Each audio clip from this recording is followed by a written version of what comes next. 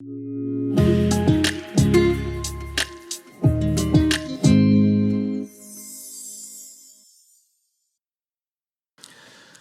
ce matin, on continue la série Éveil à la grâce. Et ce qu'on va regarder ensemble ce matin, c'est la grâce et la croissance.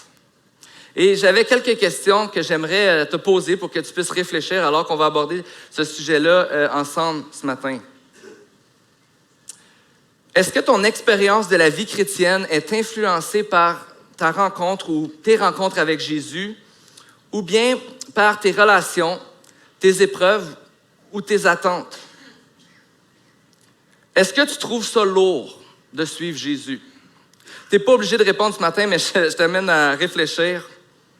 Tu as le droit de répondre oui en passant. T'as le droit c'est pour ça que je pose des questions. Est-ce que tu sens que les attentes envers toi sont lourdes, ou quand tu regardes le christianisme, tu te dis « Ouf, j'ai beaucoup de choses à faire pour y arriver ». Est-ce que tu luttes avec plus de culpabilité qu'avec la joie d'appartenir à Jésus? Je t'invite à te poser ces questions-là ce matin. Parce que qu'est-ce qu'on voit dans la série de l'Éveil à la grâce? C'est que la grâce libère. Et honnêtement, ce qu'on prie, notre prière et notre espoir, c'est que si ce n'est pas ton expérience, mais bien que tu puisses goûter et croire et vivre que la grâce libère. On veut découvrir ensemble la grâce de Jésus, que la grâce de Jésus nous permet de jouir de la beauté et de la fraîcheur de la vie abondante. La grâce de Jésus nous permet de jouir de la beauté et de la fraîcheur de la vie abondante. Quand on pense à l'Évangile, quand on pense à la parole de Dieu, quand on pense à une relation avec Dieu, quand on pense à la vie chrétienne, je ne suis pas en train de dire que c'est soit que ça va bien ou que c'est soit que ça va mal. Mais je suis en train de dire qu'on veut croire qu'il y a un espoir. On veut croire qu'il y a une légèreté, qu'il y a une liberté d'appartenir à Jésus. Malgré qui nous sommes, malgré d'où on vient, malgré nos difficultés. Malgré le fait que parfois on a l'impression que ça prend plus de temps que je voudrais à changer quelque chose dans ma vie. Mais on veut croire certainement que la grâce libère. Et une bonne question qu'on peut se poser quand on regarde notre vie et notre relation avec Dieu, c'est, qu'est-ce qui nous change réellement? Qu'est-ce qui m'amène à grandir? La Bible nous parle de la sanctification, de grandir, de ressembler à Jésus de plus en plus, d'être capable d'adorer Dieu et de lui obéir dans toute notre vie. Qu'est-ce qui me change? Qu'est-ce qui m'amène à grandir? Et c'est souvent la réponse qu'on se donne ou qu'on reçoit à cette question qui va déterminer si on voit le christianisme comme quelque chose de lourd ou quelque chose qui libère. Et ce que j'aimerais qu'on voit ce matin ensemble, c'est ce qui motive le changement, c'est l'amour. Ce qui produit l'amour, c'est réaliser l'ampleur de la grâce de Dieu envers nous. Et j'aimerais ça ce matin faire un petit peu différent que j'ai l'habitude de faire, mais on va regarder quelques passages bibliques en rafale pour démontrer à quel point la parole nous parle du fait que l'amour de Dieu nous motive à lui obéir. Et il y a plusieurs autres versets, passages que j'aurais pu choisir ce matin, mais j'en ai choisi quelques-uns que je voulais qu'on regarde ensemble. Tout d'abord, on peut voir dans 2 Corinthiens 5, 14 et 15. C'est que l'amour de Christ nous presse, parce que nous sommes convaincus que si un seul est mort pour tous, tous sont donc morts. Tous donc sont morts. Et s'il est mort pour tous, c'était afin que ceux qui vivent ne vivent plus pour eux-mêmes, mais pour celui qui est mort et ressuscité pour eux. Qu'est-ce qui nous pousse à vivre pour Dieu? C'est l'amour de Christ qui nous presse. Romains 5, 5. Or, cette espérance ne trompe pas parce que l'amour de Dieu est déversé dans notre cœur par le Saint-Esprit qui nous a été donné. Et quel amour, Romains 5, 8, 9 va nous parler de quel amour il s'agit qui est en nous. Quel témoignage avons-nous de l'amour de Dieu en nous? Mais voici comment Dieu prouve son amour envers nous alors que nous étions encore des pécheurs. Donc, avant même que nous faisions un pas vers Dieu, Christ est mort pour nous. Puisque nous sommes maintenant considérés comme justes grâce à son sang, nous serons à bien plus forte raison sauvés par lui de la colère de Dieu. Et 1 Jean 4, 19 dit, « Quant à nous, nous l'aimons parce qu'il nous a aimés le premier. » Donc, qu'est-ce qui nous motive à aimer Dieu et à vouloir lui obéir? C'est toujours l'amour de Dieu envers nous qui doit être la réponse. Quand on réalise l'ampleur de la grâce de Dieu envers nous, à quel point j'avais besoin de lui, à quel point j'étais séparé de lui, mais que je réalise à quel point Dieu m'a aimé. Comme on le voit dans Romains 5, 8, Dieu prouve son amour envers nous en ce que lorsque nous étions des pécheurs, Christ est mort pour nous. Donc, ces passages nous montrent que ce qui nous motive à aimer Dieu et à lui obéir, c'est l'amour qu'il a d'abord eu pour nous, avant que nous faisions quoi que ce soit. Mais un passage ce matin que j'aimerais qu'on regarde ensemble, un petit peu, qu'on regarde davantage, c'est Tite 2, 11, 14. Donc, il va apparaître à l'écran ce matin, mais si vous voulez tourner dans vos Bibles, je vais y retourner à quelques reprises pendant le discours. Mais Tite 2, 11 à 14 nous dit, « En effet, la grâce de Dieu, source de salut pour tous les hommes, a été révélée.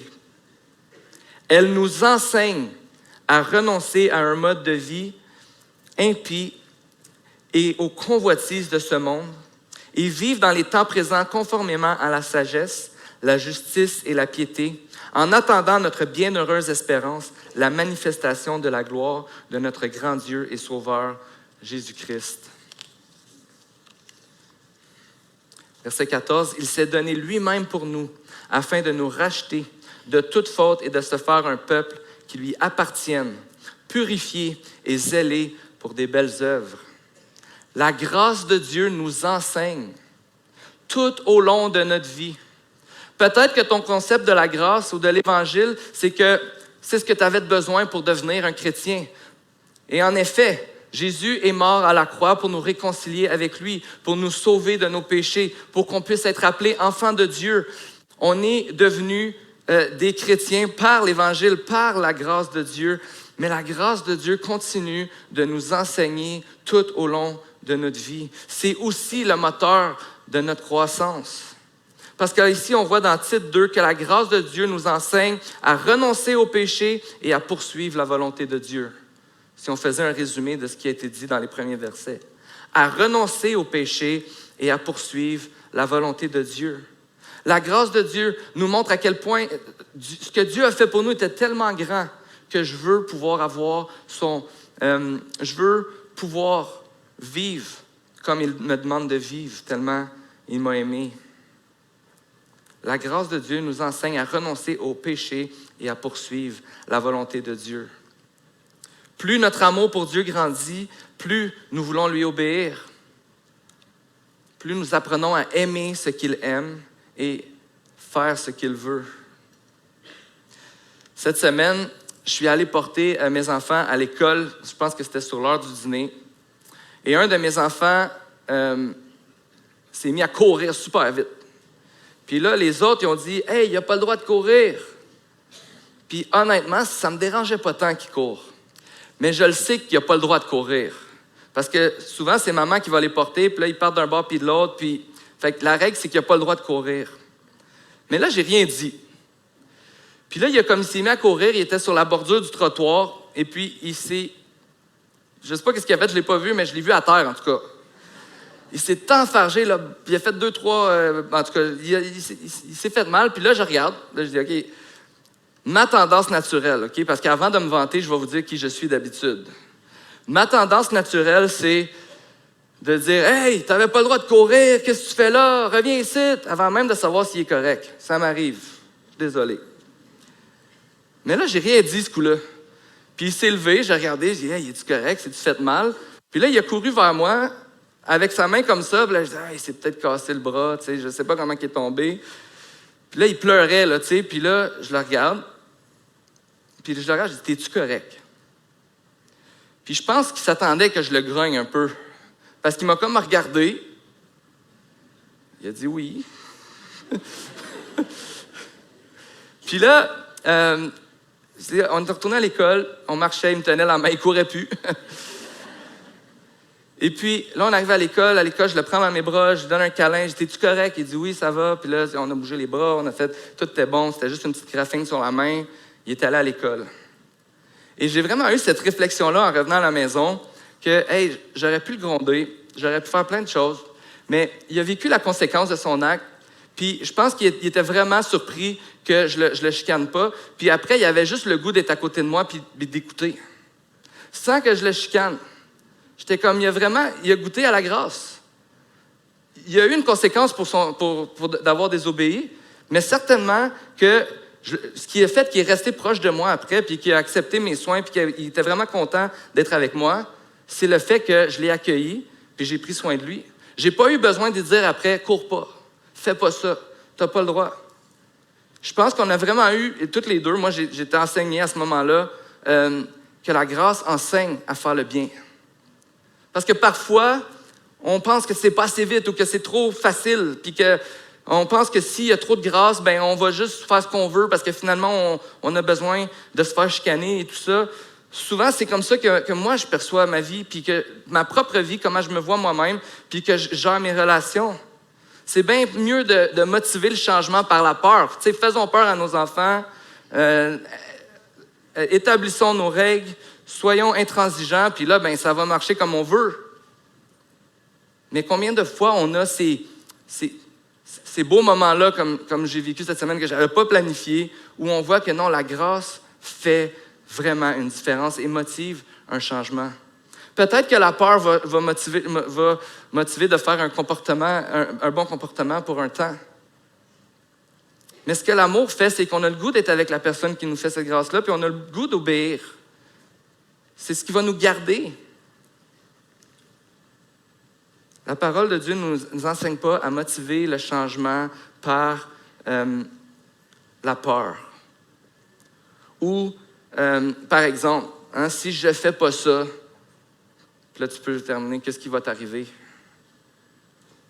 sais, le pire, peut-être qu'on a peut-être déjà entendu ou peut-être dit, « Hey, si tu ne fais pas ça, tu vas aller en enfer. » Honnêtement, quand j'étais jeune, en 2003, quand j'ai donné ma vie au Seigneur, je me souviens que ce qui m'est arrivé à ce moment-là, ça c'était entre moi et Dieu, j'étais tout seul dans ma chambre, puis j'ai eu peur. J'ai eu peur de mourir.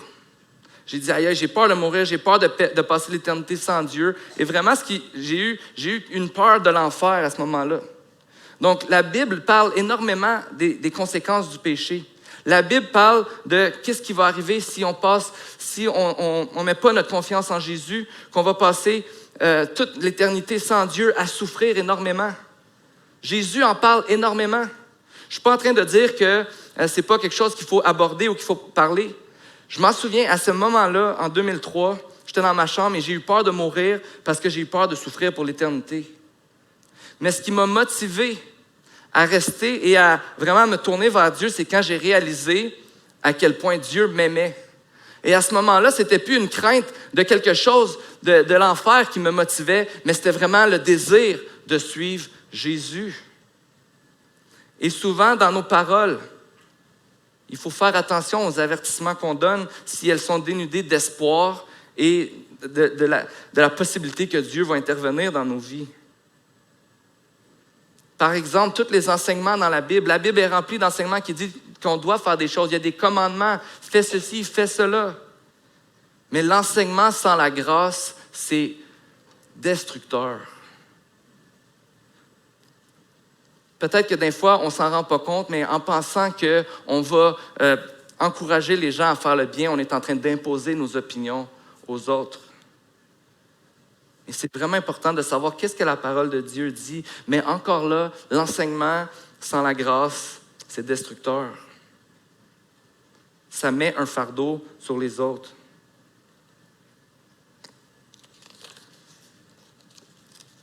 Tout enseignement biblique, toute directive, exhortation, sans l'espoir de la grâce de Dieu, nous demande de payer le prix pour nos péchés. Quand on exhorte quelqu'un à faire le bien, à faire quelque chose sans la grâce de Dieu, sans l'espoir que Dieu peut le transformer, c'est comme si on disait à cette personne-là, tu dois payer le prix pour ton péché.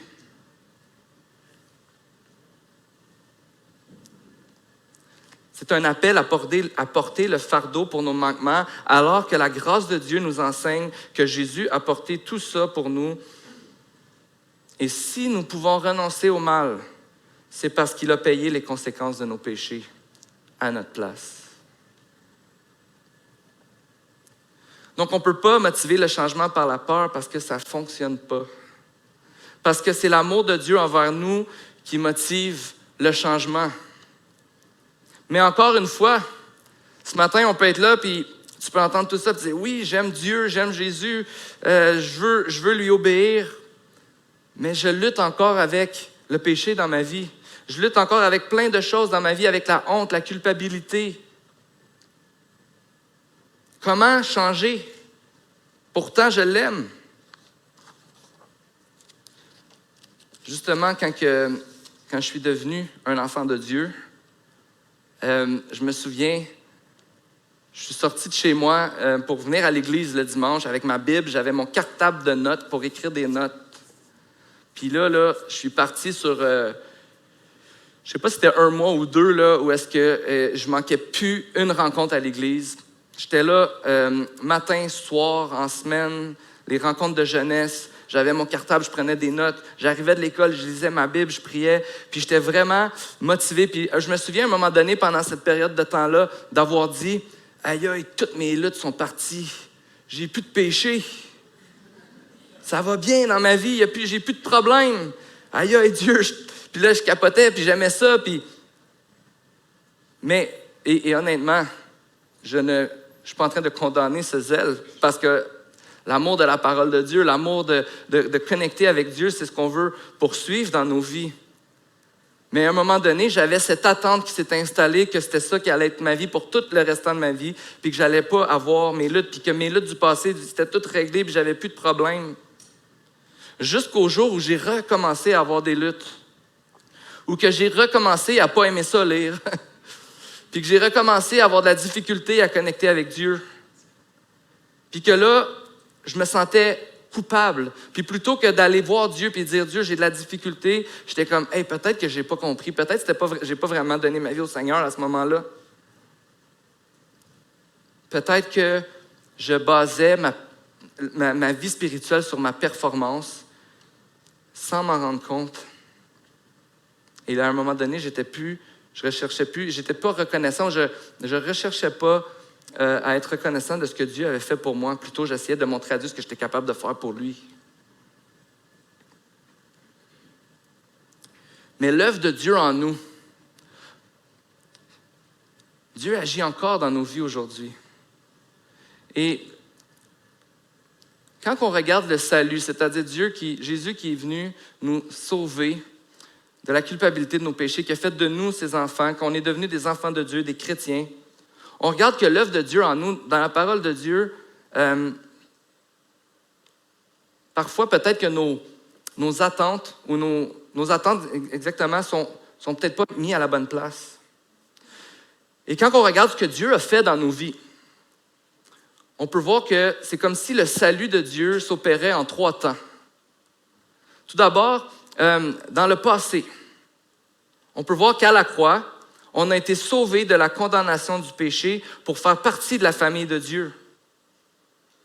À la croix, Jésus nous a totalement pardonné tous nos péchés, passés, présents et futurs. À la croix, Jésus a fait de nous, si on met notre confiance en Jésus, qui est mort et qui est ressuscité pour nous, Jésus fait de nous ses enfants. Et encore mieux que ça, ce que la Bible nous dit, c'est que maintenant, quand Dieu nous regarde, il ne voit même plus nos œuvres à nous, il voit son Fils Jésus à travers nous. Jésus est mort pour qu'on puisse avoir la faveur de Dieu. Et ça, il n'y a rien qui peut nous enlever cette identité-là d'être enfant de Dieu dans la famille de Dieu, d'être pardonné. Par contre, parfois, on oublie cette réalité-là, on oublie cette vérité-là et on met notre identité dans toutes sortes de choses qu'on fait ou qu'on ne fait pas, ou qu'on nous a fait. Mais une autre chose qu'on fait aussi parfois entre nous, et moi personnellement dans ma vie, ou chacun d'entre nous ensemble, c'est qu'on vit comme si cette réalité-là de Jésus qui nous a pardonné de tous nos péchés était déjà tout accompli et que finalement, on devrait s'attendre les uns des autres qu'il n'y ait pas de péché parmi nous. On vit comme si c'était déjà accompli. Mais ça, frères et sœurs, c'est ce que Dieu va accomplir dans le futur. Nous allons être sauvés de la présence du péché pour vivre avec lui pour toujours. Mais ce qu'on a besoin d'apprendre à vivre aujourd'hui, c'est que bien que c'est déjà accompli, que nous avons déjà cette identité d'enfants de Dieu, que nous sommes déjà pardonnés, eh bien, nous ne sommes pas encore totalement séparés de la puissance du péché dans nos vies. Et aujourd'hui, dans le présent, je l'ai dit passé, futur, c'était voulu, dans le présent, Dieu nous sauve de la puissance du péché aujourd'hui pour lui rendre gloire en toutes choses par la puissance du Saint-Esprit. Dieu nous sauve de la puissance du péché aujourd'hui pour lui rendre gloire en toutes choses, c'est-à-dire l'obéir, l'adorer par la puissance du Saint-Esprit. Dieu est en train d'opérer le changement en nous aujourd'hui. Dans 1 Corinthiens 15, 1-4, ça dit « Je vous rappelle, frères et sœurs, l'évangile que je vous ai annoncé, que vous avez reçu et dans lequel vous tenez ferme. C'est aussi par lui que vous avez été sauvés, si vous le retenez dans les termes où je vous l'ai annoncé. Autrement, votre foi aurait été inutile. Je vous ai transmis avant tout le message que j'avais moi aussi reçu. Christ est mort pour nos péchés, conformément aux Écritures. Il a été enseveli. Il est ressuscité le 3e jour, conformément aux Écritures. C'est aussi par lui, au verset 2, je relis le verset 2, c'est aussi par lui que vous êtes sauvés, si vous le retenez dans les termes où je vous l'ai annoncé. Ce verset-là, et c'est encore plus clair en anglais, dans les versions anglophones, ça dit « You are being saved ». C'est vraiment un temps présent. Nous sommes en train d'être sauvés par cet évangile aujourd'hui. Dieu est encore en train de nous transformer. Oui, il y a cette promesse qu'on est déjà enfant de Dieu, on est déjà complètement pardonné. Cette vérité que Dieu ne nous voit plus, nous, il voit Christ. Quand il nous regarde, alors on est pardonné à cause de ce que Christ a fait pour nous. On est aimé de Dieu à cause de ce que Christ a fait pour nous. On peut être dans la présence de Dieu pour l'éternité. On a cette certitude-là, frères et sœurs. Mais Dieu est encore en train de nous libérer de la puissance du péché. La grâce nous enseigne que nous sommes en train de progresser et que c'est l'amour de Jésus qui nous pousse à vouloir changer. Alors, on a besoin de connaître ce que Dieu est en train de faire, comme on vient de le voir ici. On a besoin de nous connaître et de réaliser que oui, nous sommes tous sujets à la tentation. Le péché est en nous, la jalousie, l'orgueil, la convoitise, la colère et bien plus encore. Mais une bonne question à se poser, c'est si la grâce nous garantit le statut de Christ, c'est-à-dire enfant de Dieu dans la famille de Dieu à cause de ce que Dieu a fait pour nous. Et que la grâce nous garantit sa puissance. Vous savez, quand on devient enfant de Dieu, l'Esprit de Dieu habite en nous et c'est par la puissance de l'Esprit qui a ressuscité Jésus d'entre les morts qu'on peut vivre la vie que Dieu nous demande de donner. Dieu nous donne une motivation, son amour et une puissance, son esprit pour pouvoir vivre avec lui cette grâce qui libère. Alors pourquoi continuons-nous à pécher? Ce qu'on voit depuis tantôt, c'est qu'on est motivé parce que nous aimons. Et la réalité, frères et sœurs, c'est qu'on aime le péché. Et c'est de cette puissance-là que Dieu est en train de nous libérer. On est des êtres qui sommes motivés par ce que nous aimons. Et la seule façon de changer quelque chose que nous aimons, c'est de le changer par quelque chose que nous aimons plus. Et c'est ce que Dieu fait. Il est en train de nous transformer. Il nous fait réaliser toute la puissance et tout l'amour qu'il a eu envers nous.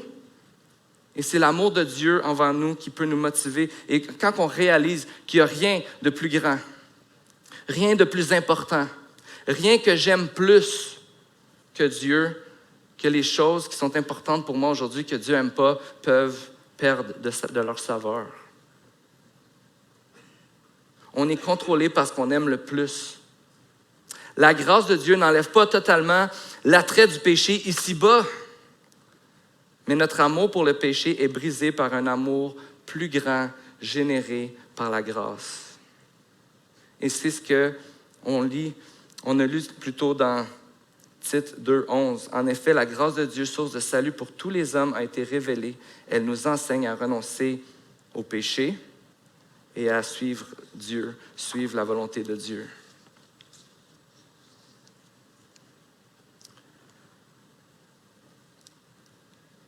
La grâce ne nous dit pas seulement pourquoi on doit suivre Jésus, c'est-à-dire l'amour qu'il a eu pour nous, mais elle nous donne aussi la puissance. Et je crois que ça, c'est vraiment une des bonnes nouvelles, une des bénédictions d'être enfant de Dieu, c'est que Dieu habite en nous, frères et sœurs. Il y a la puissance de Dieu qui habite en nous. Nous ne sommes pas seuls. Quand que je lisais Tite 2, puis à la fin de Tite 2, au verset 14, on voit que Jésus, en fait, le verset 14, il s'est donné lui-même pour nous afin de nous racheter de toute faute et de se faire un peuple qui lui appartienne, purifié et zélé pour faire des belles œuvres.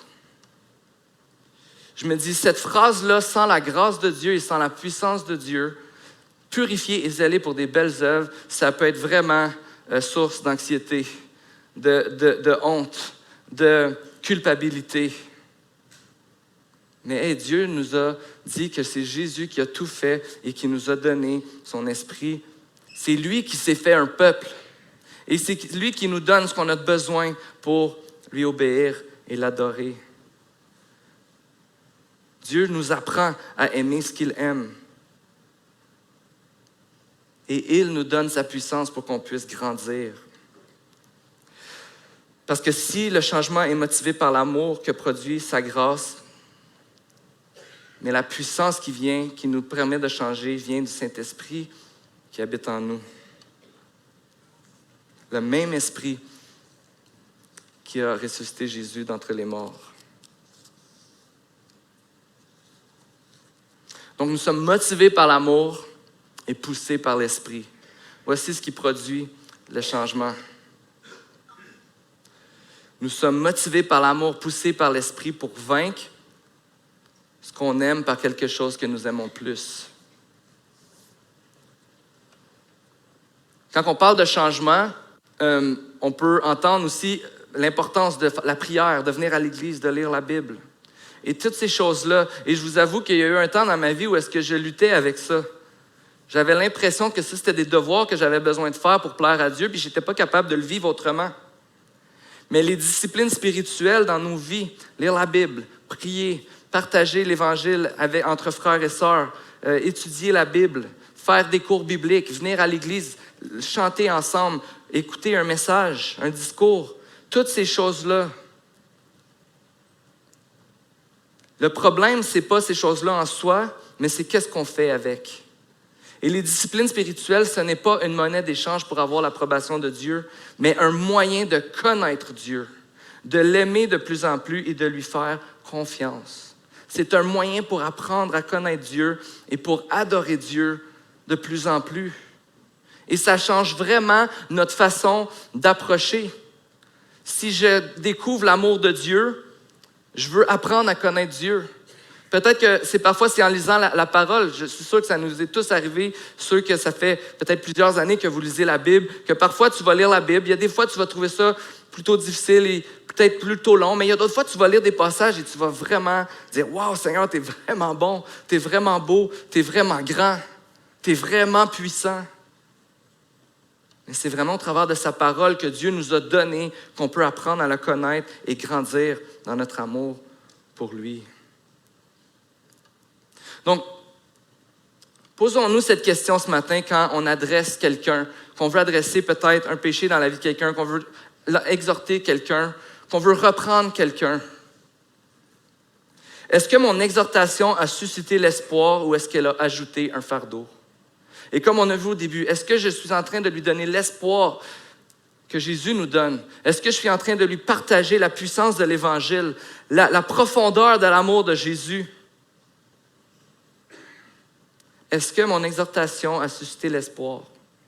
Est-ce que quand je me parle à moi-même, est-ce que je suis en train de me ramener à Jésus et à ce qu'il a fait pour moi? Ou est-ce que je suis en train de me culpabiliser davantage à essayer d'impressionner Dieu? Un Dieu qui finalement, quand il me regarde faire des choses, il voit l'œuvre de Christ à la place de mes œuvres. J'aimerais inviter les musiciens à s'avancer, à venir me joindre sur la scène. Donc, comment changer? En me rappelant que j'ai besoin de Dieu qui m'a aimé d'un amour qui l'a mené à la croix. Il est mort pour moi, il est ressuscité. Et Dieu m'appelle à aimer mon prochain comme j'ai été aimé. Et quelqu'un m'a dit quelque chose un jour qui m'a grandement encouragé, puis qui m'aide beaucoup à retourner à Dieu dans les moments où soit j'ai des attentes envers les autres, ou j'ai des attentes envers moi qui sont peut-être pas raisonnables. Désolé. Peut-être que tu as été blessé dans ta vie. Peut-être qu'il y a quelque chose que tu n'aimes pas chez quelqu'un d'autre. Peut-être que parfois tu penses que les autres ont besoin de changer quelque chose et ça t'énerve de les voir agir de la manière qu'ils agissent. Peut-être que parfois c'est dans ta propre vie. Tu te dis hey, « je ne suis pas assez bon, je ne suis pas assez bonne, je n'ai pas fait assez cette semaine. Je suis encore en train de lutter. » Parfois, c'est comme ça qu'on agit envers nous. Parfois, on agit comme ça envers les autres. On veut leur imposer nos préférences. On veut être... Puis on le fait peut-être avec une bonne attitude que ces gens-là puissent connaître Dieu puis obéir. Mais pour éviter la tendance de nous élever au-dessus de ces personnes-là dans les moments où eux ont peut-être besoin de nous et penser que je suis meilleur qu'eux, je dois me rappeler d'une chose qui est bien importante. C'est qu'il y a au moins une histoire dans ma vie, il y a au moins une fois dans ma vie où j'ai été le coupable et j'ai eu besoin de pardon. Et je pense qu'il y en a plus qu'une fois, mais il y a au moins une fois. Et c'est la même chose pour chacun d'entre nous. Dans l'histoire que nous vivons avec Dieu, nous avons été le coupable et nous avons eu besoin d'un héros qui n'a pas hésité à donner sa vie pour qu'on puisse être pardonné. Et quand on regarde les autres, rappelons-nous que si dans cette histoire-là, c'est eux le coupable,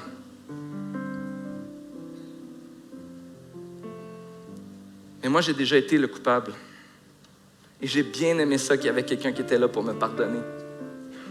J'ai bien aimé ça qu'il y avait quelqu'un qui était là pour me dire « Tout est accompli, tu n'as plus besoin de chercher mon approbation, je te la donne.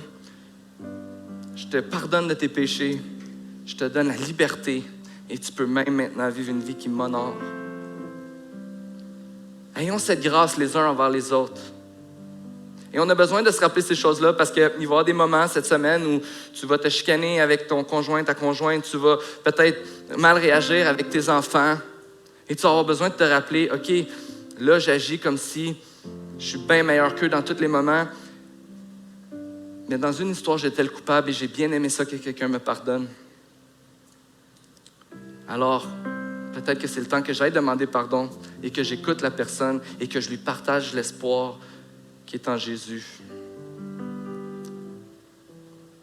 Alors, Église des Sentiers, ma prière pour chacun d'entre nous, c'est qu'on puisse réaliser à quel point on est aimé de Dieu et qu'on puisse persévérer ensemble à grandir dans cet amour pour qu'on puisse être une église qui obéit et qui adore Dieu, motivée par l'amour que la grâce a suscité. Prions ensemble.